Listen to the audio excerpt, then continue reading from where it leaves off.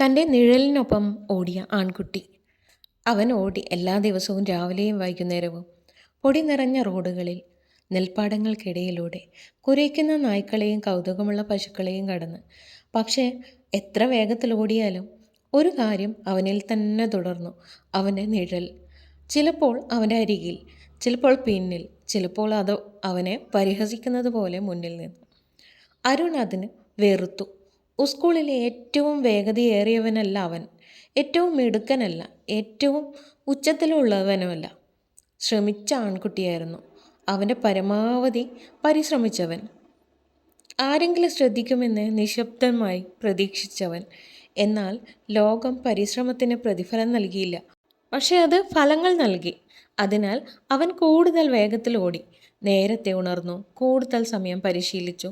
പക്ഷെ അവൻ്റെ നിഴൽ എപ്പോഴും മുന്നോട്ട് പോയി. എന്തുകൊണ്ടാണ് എനിക്ക് അതിനെ മറികടക്കാൻ കഴിയാത്തത്? അവൻ സ്വയം ചോദിച്ചു. എന്തുകൊണ്ടാണ് എനിക്ക് മുന്നോട്ട് പോകാൻ കഴിയാത്തത്? എന്നെ തന്നെ പോലും. ഒരു ദിവസം രാവിലെ ഒരു നീണ്ട ഓട്ടത്തിന് ശേഷം അരുൺ ഒരു പഴയ ആൽമരത്തിന് സമീപം വീണു. ശ്വാസം മുട്ടുന്നു, നിരാശ, വിയർപ്പിൽ കലർന്ന കണ്ണുനീർ.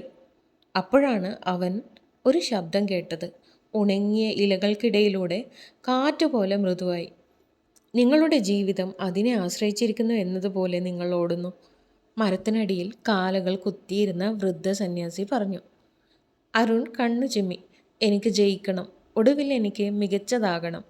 ആരെക്കാൾ? സന്യാസി ചോദിച്ചു. അരുൺ താഴേക്ക് നോക്കി. എല്ലാവരും എൻ്റെ സഹപാഠികൾ, എൻ്റെ സഹോദരൻ പോലും എൻ്റെ സ്വന്തം നിഴൽ. സന്യാസി സൗമ്യമായി ചിരിച്ചു. ആ, അപ്പോൾ നിങ്ങൾ ഒരിക്കലും നയിക്കാനോ പിന്തുടരാനോ ഉദ്ദേശിക്കാത്ത ഒന്നിലേക്ക് ഓടുകയാണ്. അരുൺ മനസ്സിലാക്കാതെ മുഖം ചുളിച്ചു. നിങ്ങൾ എന്താണ് ഉദ്ദേശിക്കുന്നത്? സന്യാസി പതുക്കെ എന്നാൽ സ്ഥിരതയോടെ നിലത്തേക്ക് വിരൽ ചൂണ്ടി നിന്നു. അരുണിലേക്ക് നിഴൽ നീണ്ടതും ഭാരമേറിയതുമായി നിന്നു. പിന്നിൽ ഉദിക്കുന്ന സൂര്യനെ പുറകിൽ വെച്ച് ഓടുമ്പോൾ അത് എങ്ങനെ മുന്നോട്ട് നീളുന്നുവെന്ന് നോക്കൂ, സന്യാസി ചോദിച്ചു. അരുൺ തലയാട്ടി. ഇപ്പോൾ വെളിച്ചത്തിലേക്ക് തിരിയുക, വെളിച്ചത്തിലേക്ക് ഓടുക. അരുൺ തിരിഞ്ഞ് സൂര്യനെ അഭിമുഖീകരിച്ച് മുന്നോട്ട് കുതിച്ചു. അവൻ്റെ നിഴൽ അവൻ്റെ പിന്നിൽ വീണു. പിന്തുടരുകയായിരുന്നു, നയിക്കുകയല്ല. സന്യാസി പുഞ്ചിരിച്ചു. നീ വെളിച്ചത്തിലേക്ക് ഓടുമ്പോൾ നിന്റെ ഇരുട്ട് പിന്തുടരുന്നു.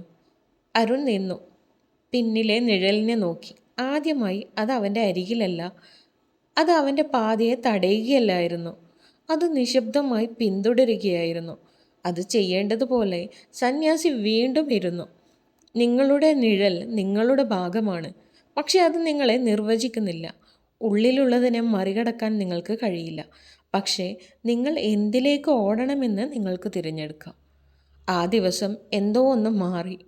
അരുൺ ഇപ്പോഴും ഓടി, ഇപ്പോഴും പരിശീലനം നേടി, ഇപ്പോഴും കഠിനാധ്വാനം ചെയ്തു. പക്ഷേ ഇപ്പോൾ അവൻ തൻ്റെ നിഴലിനെ തോൽപ്പിക്കാൻ ശ്രമിക്കുന്നില്ല. അവൻ കൂടുതൽ തിളക്കമുള്ള ഒന്നിലേക്ക് ഓടുകയായിരുന്നു. വളർച്ച, സന്തോഷം, സമാധാനം.